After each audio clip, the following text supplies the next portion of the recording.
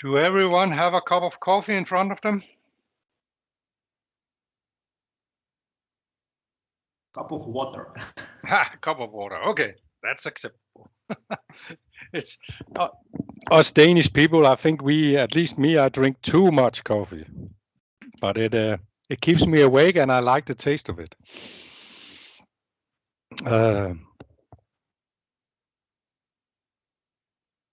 Okay. Everyone are on top of what we have been through now. I can tell you when we start doing the exercises, we will be working a lot in the same functions, so it will be repeated several times. So no worries.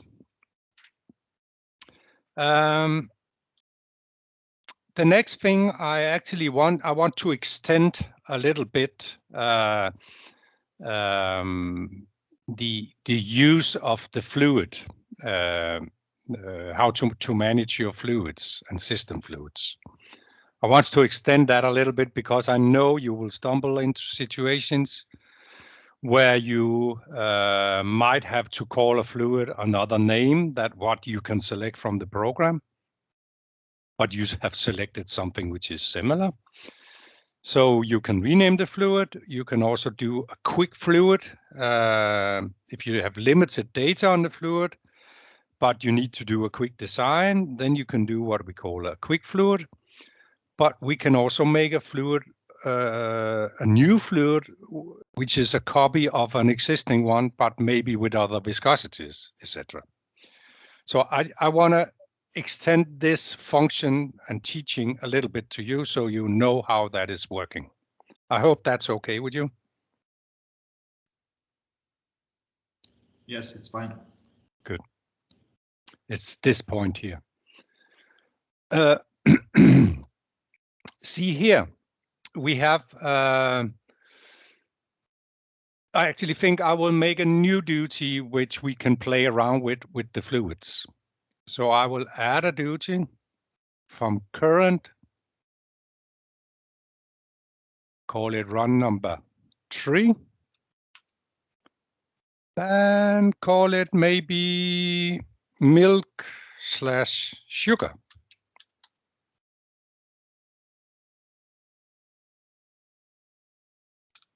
Or it could be milk and starch or whatever, but it's a blended product. The customers has said, I'm making a couple of scenarios here just to show you. The customer has informed us that, yeah, you can just use normal milk for your calculation. Okay, then the only thing we have to do is rename the fluid. That is done by pressing this one, the right one here, and then just press this one, rename. And then we call it milk.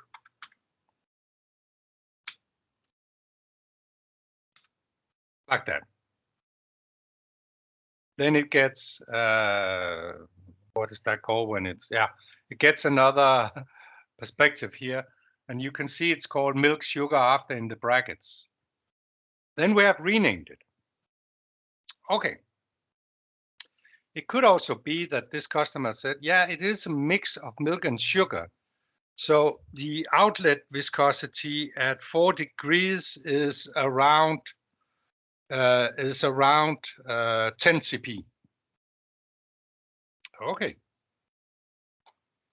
Then we have to change because you can see over here, our outlet at the outlet is 3.5 CP. So we will change the fluid to be 10 CP at the outlet. But if it's thicker at the outlet, it's probably also thicker at the inlet. So what I do is I look at the 3.5 CP here, and the 10 CP here has informed me. And then I say 10 divided by 3.55, that's a factor 2.8, meaning that the inlet viscosity here must be 2.8 higher. So I multiply the inlet with 2.8, And then I get 7.5 CP at the inlet. Okay. Was that understandable?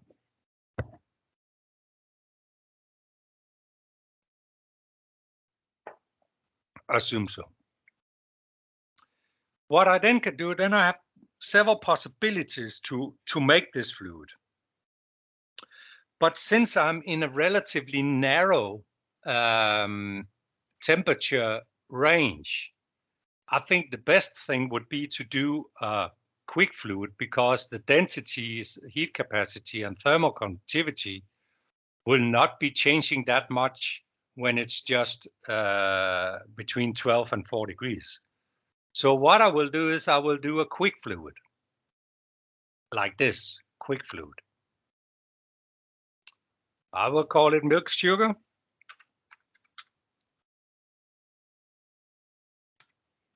Maybe 10 CP. Then we have some information for the customer. And then I know what it is. Then I use the density, which I have over here. Use the same density for the milk. 3.94 in specific heat and 0.535 for thermal conductivity. And then I calculated 7.5 at inlet and 10 at outlet.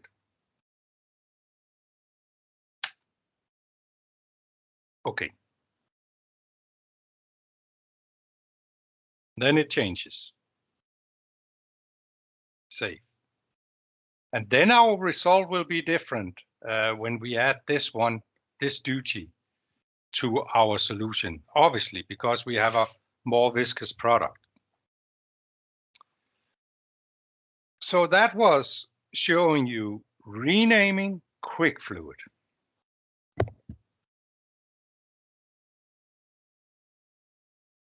Then we could create, I will then go back and select a normal milk here, because now I have the special one here. I will go back and simply create a fluid for my customer, for my customer fluid database.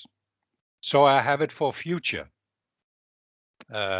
use in other calculations. So I will just go back here to normal milk, cyst fluids, dairy products, milk skim, and then the standard milk I selected before. Save.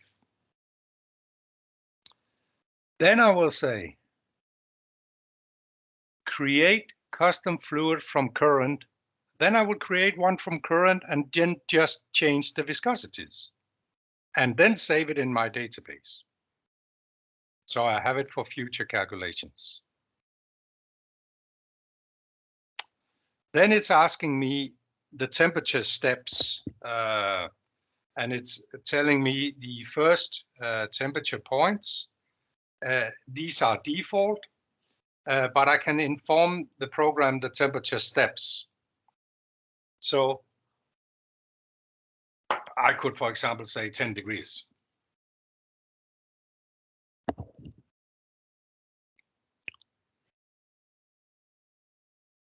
Then it comes up with a lot of temperatures, because this was the data which was in milk in the program, on milk in the program. So actually it would have been smarter for me if I had set 4 degrees, because then I would have 4 degrees here, but then I would have got a lot more points here. You understand that?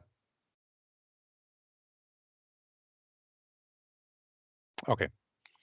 I believe you do. I will say cancel.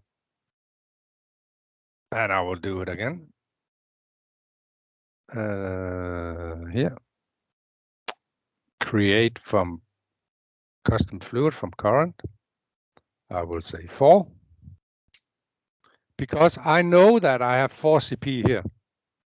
Sorry, 10 CP here at 4 degrees. The customer has informed me that. Yes, now it gave me a temperature point at 4. Up here, it gives you a name which is called a copy. Here it is important that you, of course, rename this to something else and call it what it actually is. It could be milk. We could call it milk sugar, just that.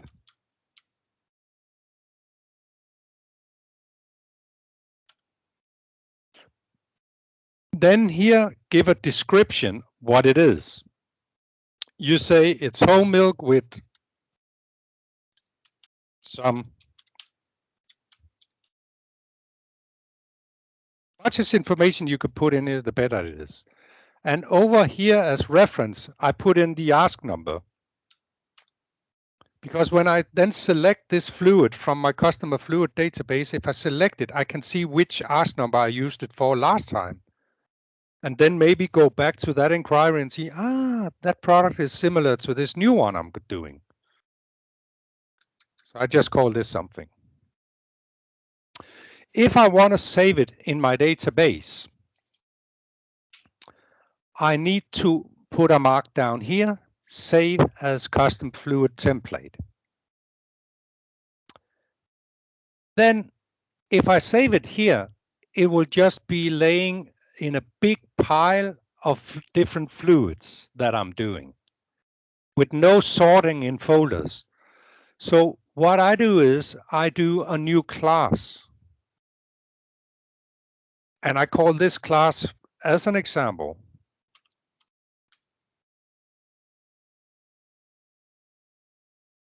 sorry.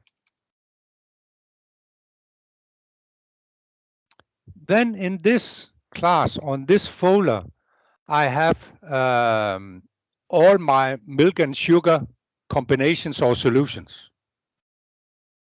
And I can, of course, put in a description what this class contains. So I say, okay.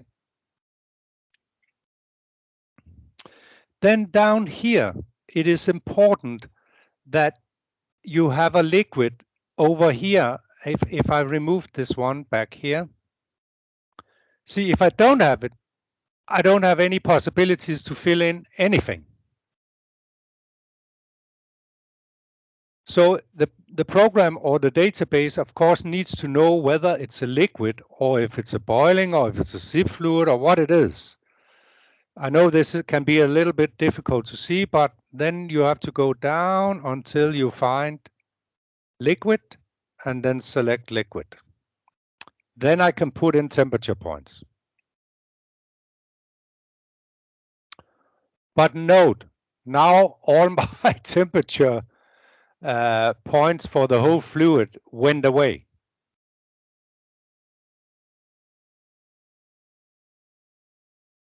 Because I moved it. But that gives me another possibility. That gives me a possibility of showing you how to make a custom fluid, but not to make a custom fluid from a current one. When doing that, you need a certain, of course, a certain amount of temperature points. I will put a couple more here. Temperature points. We don't need up to 140. That was huge. And then we need to have 2 more boxes here in order not to get a warning or message in the program. And that is, it needs to know the saturation temperature when we create a fluid, and it needs to know if it's dangerous or harmless. This is related to the PED rules. For sure, it is not dangerous, it's not flammable or explosive. Saturation temperature must be over 100, so I just put 112. I'm not sure of it, but I always just put 112 in. Then I set in temperature points, 4, and I knew 12, and then I could put in, I don't know, 25, and maybe 50. If I then had the value from the customer, then I just put in the values. but I don't have those. So, and I wanted to be a copy of a milk, but just with a bit of increased viscosity. So what you do is you press this one over here, which is select fluid if you want to create a mixture of fluids. It's actually quite advanced, this fluids data or function. So I create this one or click this one. Then I get this new dialog box where I can press this one, add new fluid, row for mix. Then I get fluid 1. Then I press the middle one here, and then I can select a fluid from the system database. In this case, I'm selecting the milk. I'm trying to do this as slowly as possible, because then you can use the recording to see how I did it also, if you are in doubt. But it is also illustrated in the ASK instruction manual. This one, the user, it is also mentioned in the ASK quotation user manual. Here it's also mentioned how it's working. Okay, we have milk. Then we could actually do a mix of milk and sugar. We could also say that the other properties are like milk, but it's just the viscosities which are increased. So if I say I have 100% milk here, and I say calculate parameters, then it calculates all. A complete copy of what data we have of milk in the system database. I could also say, okay, this is just 80%. And then I want to add a new fluid, which is then maybe 20% of sugar. In food, it's always a good idea to drag these a little bit. Let me see where we have sugar.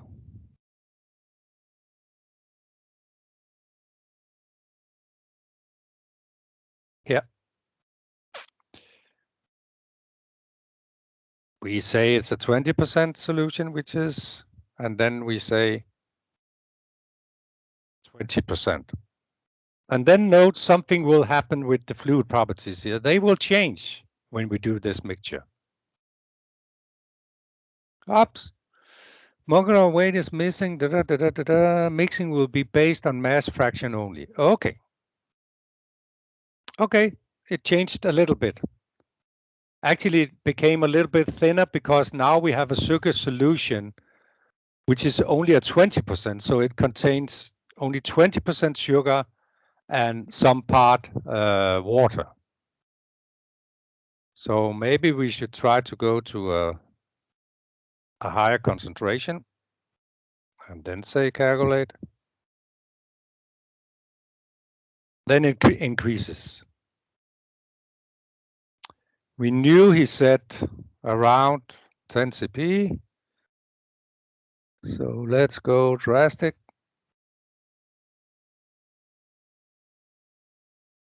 Yeah. Here you see we are around 10 CP. So this might be our fluid. This is the fluid the customer has.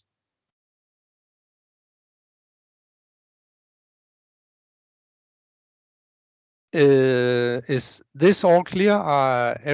Do everyone understand this? And would be happy to play around with it when I'm in this afternoon?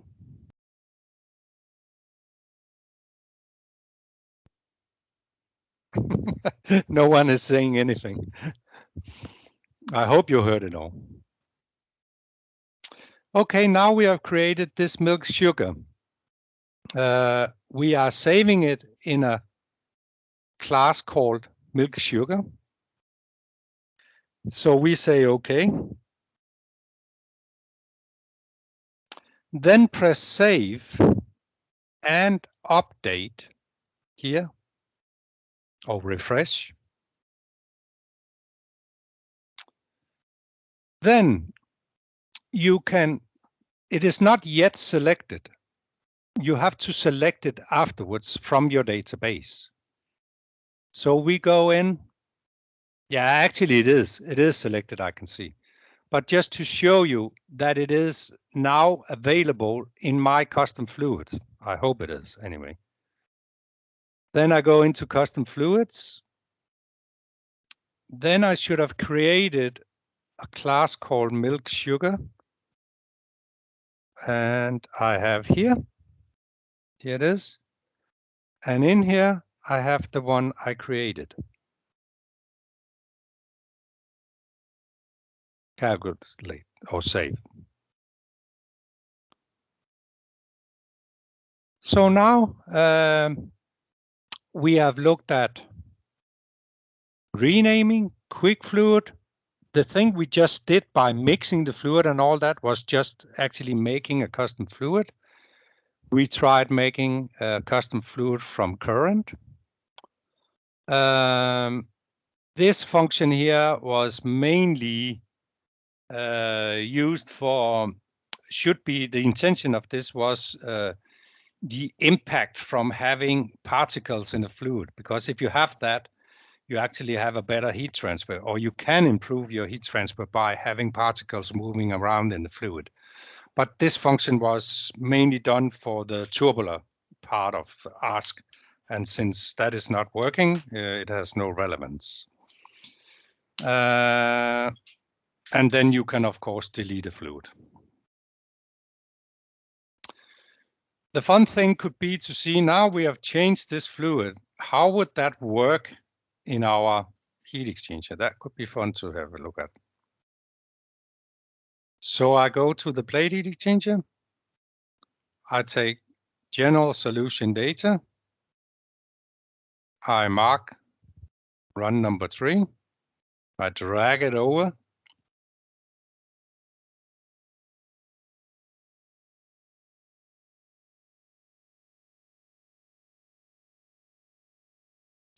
Okay. Holy. See, here I have some minus. Obviously, this fluid is a bit more difficult to cool. We have higher viscosities. We have other specific heat thermal conductivities because we did a mixture of the fluid. So either we increase the numbers of plates in our solution or we increase the cooling water flow. I would just increase, to start with, at least the cooling water flow.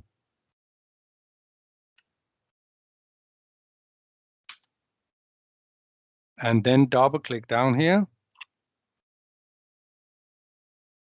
So we can see what the impact from doing that is.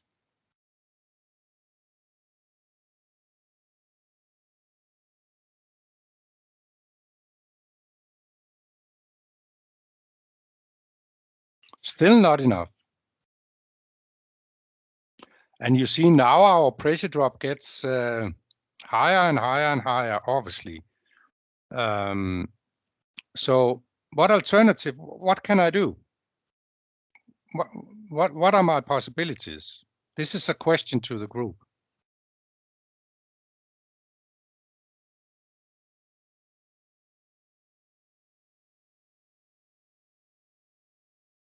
Someone want to pick that up and answer me? You can change the flow rate. Yeah. Or increase the plate, not the number of plates. Correct. I've already, in my opinion, reached the limit with the 25 cubic meter. I have around 1.5 bar pressure drop. I prefer not to have it higher than that. So the only possibility I have is, of course, adding plates. What happens when I start adding plates? Of course, the price for the heat exchanger goes up. But what other parameter will increase when I start adding channels?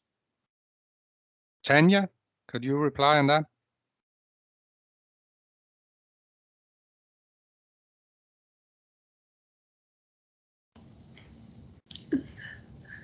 Sorry? What Okay. happens when I start adding channels into this solution we have? What will happen? Of course, the price will go up. The pressure drops will go down, but it is another thing. What is that?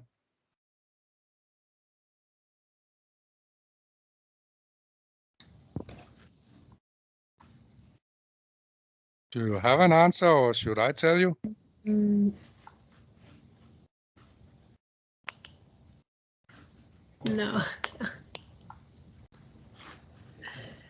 No answer from me. It's a bit too late. It's too late in the evening. No problem. I'm just teasing you a bit, and there's no one has to be afraid of saying something wrong. Please believe me when I'm saying that. I'm just pulling out these or throwing out these questions once in a while to see that everyone is following, because it is extremely difficult when doing training on this for me to know whether you are with me or not. So once in a while, I'm throwing out questions. What is going to happen here when we start adding channels is that this required CIP flow is also going up, obviously, because we have more channels to clean. But remember that when we did the CIP on this one, we set 13,000 because we wanted 2 meters per second.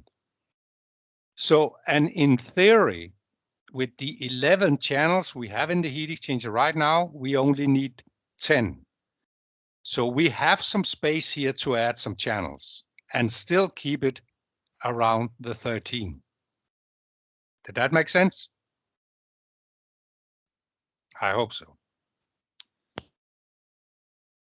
So what I will do now is, in order to get this one up in plus and get this one a little bit down, I will add some channels into these passes.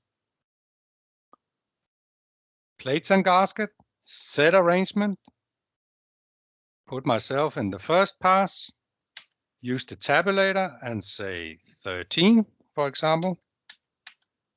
Use the tabulator to jump between the fields. Down in the next pass, say 13, say 14 on the water side.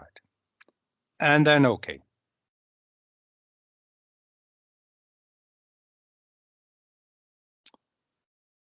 Now I have a plus.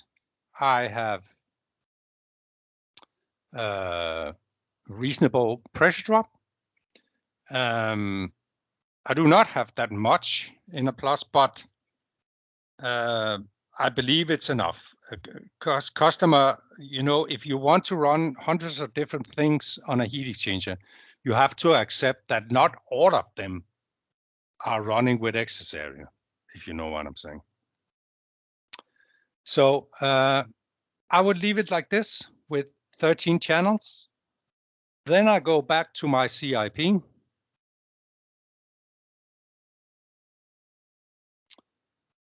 And see, yeah, okay.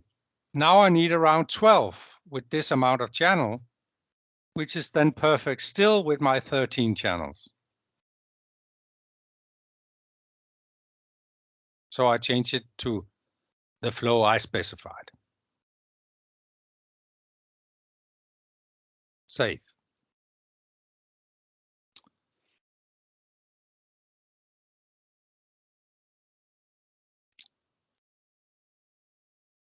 Okay. I will make a mark in fluids. Okay, then we have one outstanding point here on the list, and I believe we can manage to do that in this training today. And then we will jump into the other things. Next time, I think we will start with the CIP. I hope that you have received it and you have read it, but we will go through it together as the first thing we do when we start the training next Tuesday.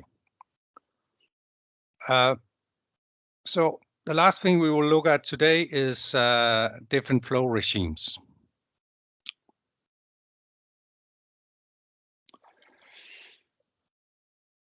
Okay.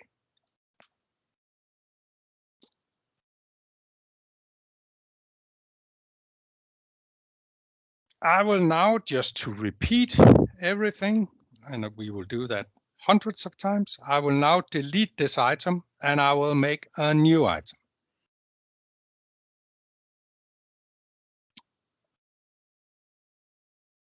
Delete.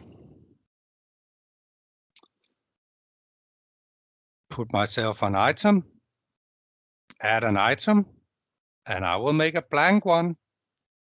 Or I could have pulled it in for from another quotation. I showed you that previously, but I will make a blank one.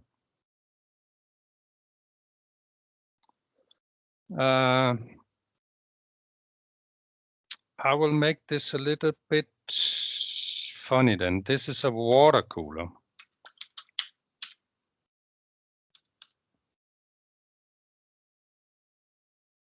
PHE. Green arrow. Process application, since it was a water cooler and it will be a painted frame, meaning that we don't need plate stamping, I will select single section, A4. PED, industrial, and nothing here. And PED units up here. I go to the duty screen. And I say run 1.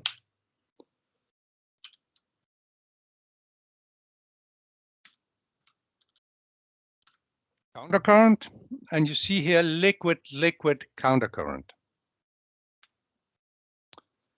And I will call it water, 10,000 kilo. You don't have to do this. It's up to you whether you want to do this yourself just to play with it. But this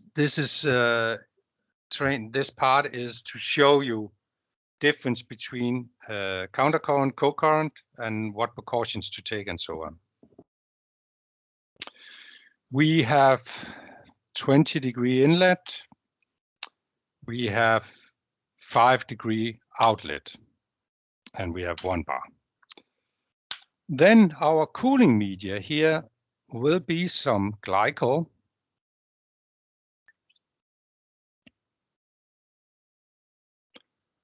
And glycol you will find under service media, glycols. And it could be either ethylene glycol or propylene glycol. I will select a propylene glycol. And you can either choose this one, weighed in water, or they are the same. But on this one, you get the freezing, you can see the freezing point of it. So I select this one. 20,000 kilo per hour and minus 3 degrees. 1 bar. Okay. Then we make an alternative duty to this one. Remember, if we make an original, it will just be a copy of this one. Then it will be a liquid countercurrent. But if we do an alternative, we are able to change the section type up here. So we add a duty alternative.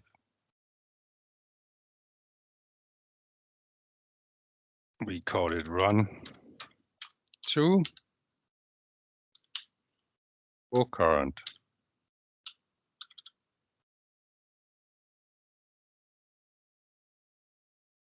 And then we select co-current here. Yeah. Note that the arrow's direction changes. So we take water, and it was 10,000 kilo, and it was from 20 to 5, 1 bar. And then we had, actually, I want to show you a small function here. Instead of selecting it all the way down, you could of course have written down the name in the field here. You could have searched for it, but you could also do another thing. You could stand on the previous duty, stand in the field, say Control C, and then here Control V. Then it copies in the fluid, like I showed you on the connections. Then it was, I believe it was 20,000, I think. -3. 1 bar. Okay. It is not able to calculate. Why is that? Simply because I have a temperature crossover. Since we are now flowing the two products in the same direction, I simply do not have flow enough on the glycol to create a delta T in the cold end of the product. So in order to get this one away, I need to increase the water flow here. Now it can calculate. Did that make sense? You simply had a temperature crossover of the two fluids at the outlet because of the flow rate on the glycol. Maybe 25 cubic meter can do it. Yeah, it could.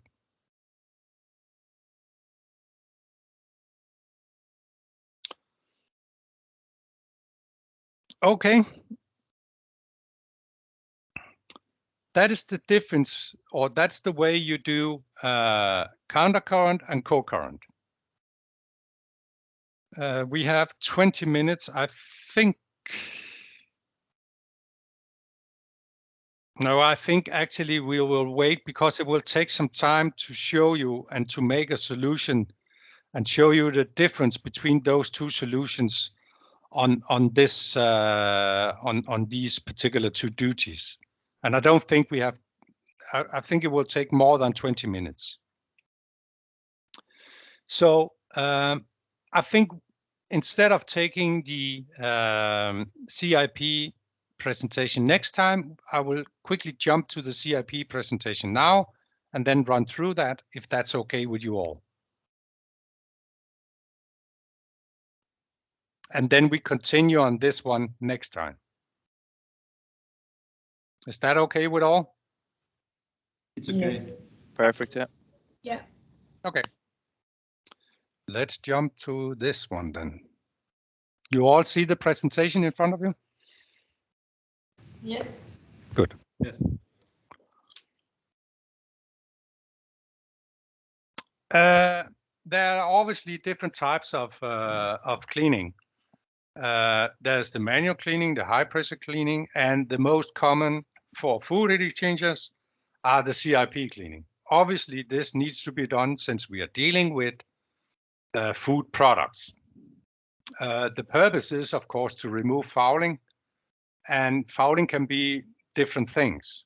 But they are important factors, as I mentioned a lot of times. These are important things to consider when doing heat exchanger designs, but mainly food designs. The heat transfer capacity and pressure loss and resistance against corrosion, also resistance against corrosion in a heat exchanger, depending on whether the plate pack is kept clean. Always consider CIP as a very important process parameter. Can't be more clear than this. Industrial people, they never think about this. But since you're going to be, and I am, both industrial and sanitary, and some of you are also going to be that, you're going to cover all segments, you need to know all this, for sure. Cleaning of a heat exchanger, study the instruction manual. There's a section related to this. It's not very much, but there is a section regarding CIP. But of course there is regarding opening the heat exchanger, and there's also something mentioned about using soft brushes and suitable degreasants, depending on what type of fouling you have to remove. In case of thick layers of scale and organic material, the plates must be put in a bath of degreasants. And that is if we look at a food heat exchanger, this is the last solution, because hopefully you will get, or you should get, your heat exchanger cleaned during the daily CIP of it. This is when everything has gone wrong and everything has burned onto the plate and you can't push anything through it. You forgot the CIP for 10 days, and then suddenly you have a lot of bacteria growth, and then you can get in a situation where a normal CIP circuit during a production day can't do the job. Then you need to open the heat exchanger and manually clean it down. Hopefully the customer will never get in that situation, but it happens. You see here, these plates are very dirty, and the only way of getting this away from the plate is to do a high pressure cleaning. And then it's also important to clean the gasket groove before assembling gaskets on the plates again and assembling in the heat exchanger, obviously. Just a small portion of dirt or small stone or whatever, just a hair underneath the gasket can impact the tightness or can reflect in a leakage of the heat exchanger.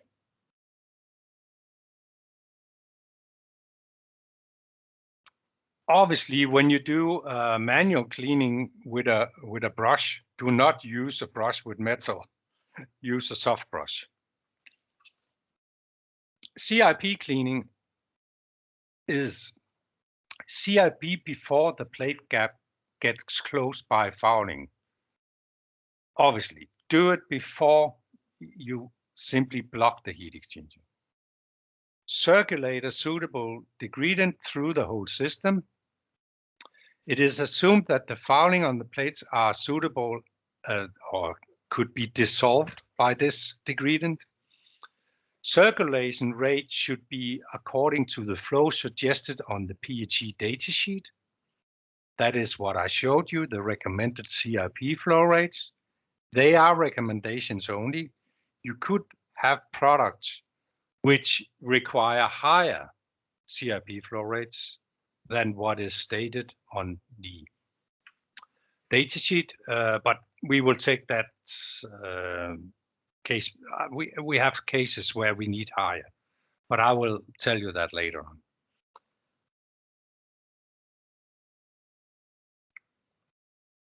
Degreasants, normal or standard degreasants to remove fouling is sodium hydroxide and nitric acid. Concentration should be according to the application, and that varies whether we talk about a milk cooler or a UHT plant. Normally, the customer knows how much he needs in concentration. There is, of course, we have limitations or recommended limitations, and that is looking at the lifetime of the gaskets, temperatures and concentrations of the sodium hydroxide. I know for a fact, even though we say 85 degrees in the instruction manual, when they do on UHT plants, they go even higher, but then they lower the concentration when they do pre-sterilization and so on. These are recommended temperatures in order to have the reasonable lifetime on the gaskets.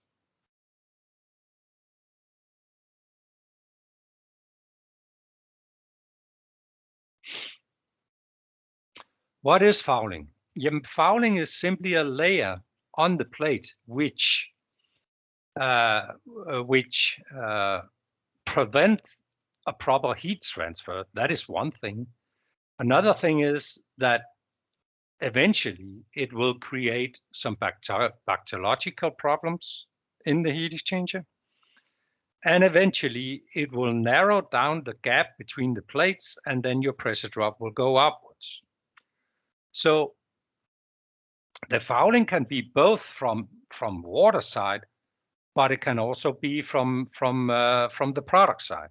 So both ways. On the water side, it's typically scaling from calcium, and from the milk side, it's normally, if it's a dairy product, normally it's proteins burned on, or it's crystallization. For example, if you do cream cooling and you get underneath a certain temperature, you start crystallization, the cream, and then you create also a film layer to the plate.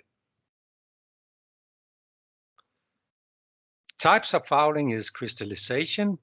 You can also have particulated sedimentation of unsuspended particles. You can have biofilm with microorganism bacteriological issues. That is if you are in the range of 0 to 60 degrees. And then there's protein fouling, which is when you go above 65 and up to 145. The 65 is depending on which type of product we are talking about. And the biofilm is as well.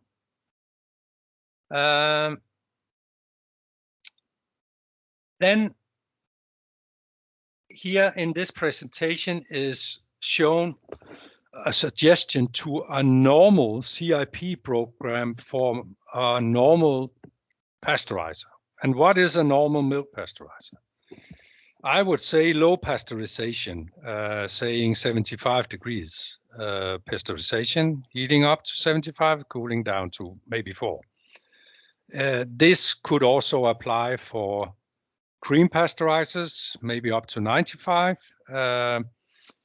It could also apply to, in Denmark, we call it high pasteurization, and that is 85 degrees. For that, this would also be suitable. But this is a typical CIP program where you pre-rise with water, cold 5 minutes. You do fill with the lye, 1.5 to 2% for 8 to 9 minutes. Then you do circulation at 85, 32 minutes. Then intermediate flush with water. Then finally acid, circulation with acid, flush out with water, and rise out with water. Total time 1.5 hour. That is how a normal CIP program looks for a milk application.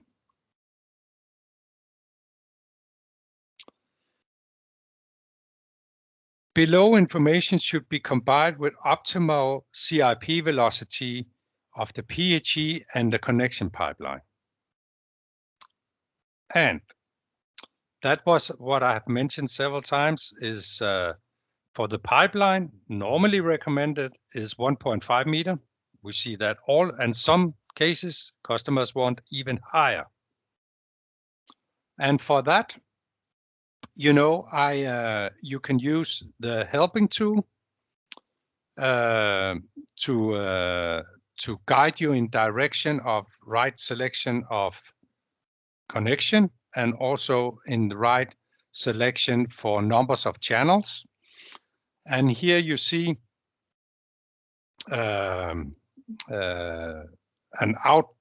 this is a screenshot of the web tool. This is actually this part here where we show how much CIP we need or recommend per each channel for the different plate types.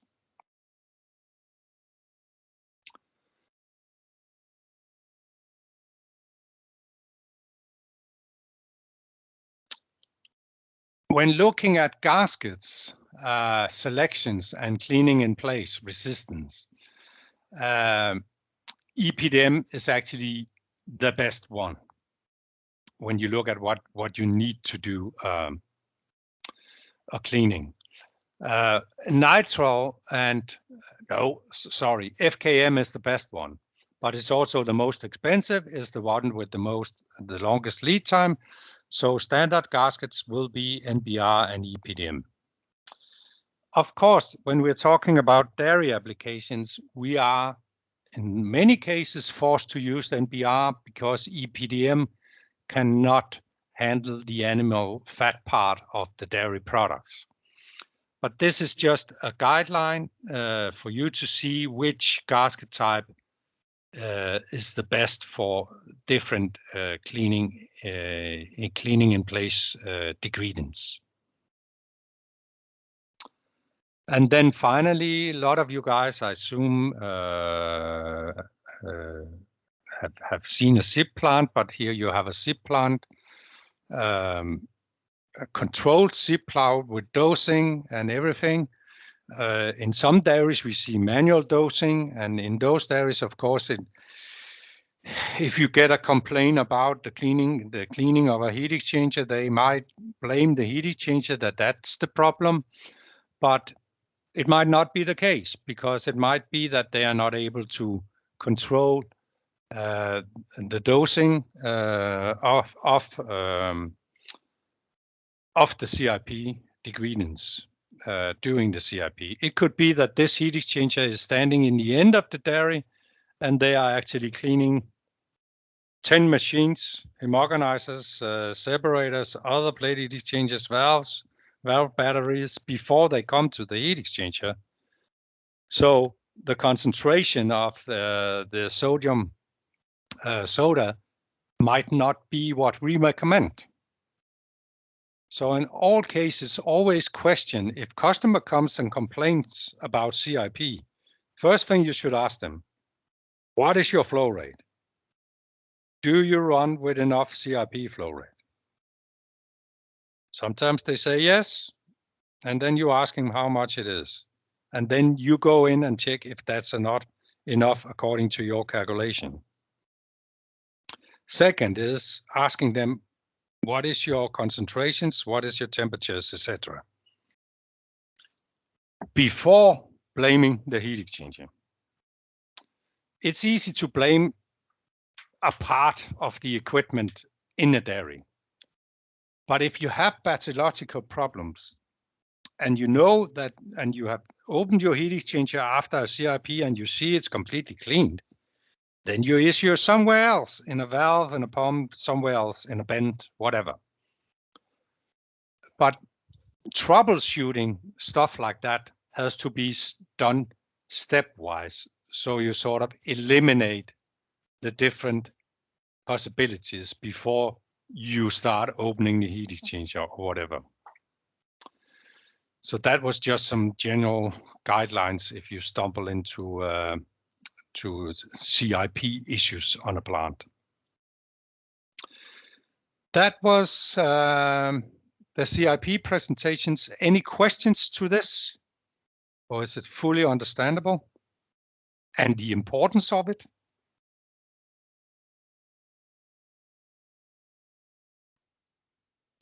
No questions. Good.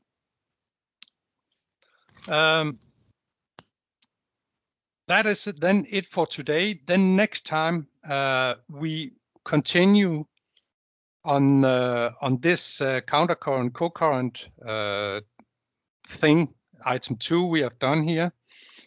And then I will send you, first of all, I will send you this recording. Plus, I will send you emails with some assignments on which we maybe at the end or at the middle of next training course can start on. We have some other issues we need to go through in ASK before we start on the assignments. But I will send the pre-assignments, so feel free to start on them if you want to.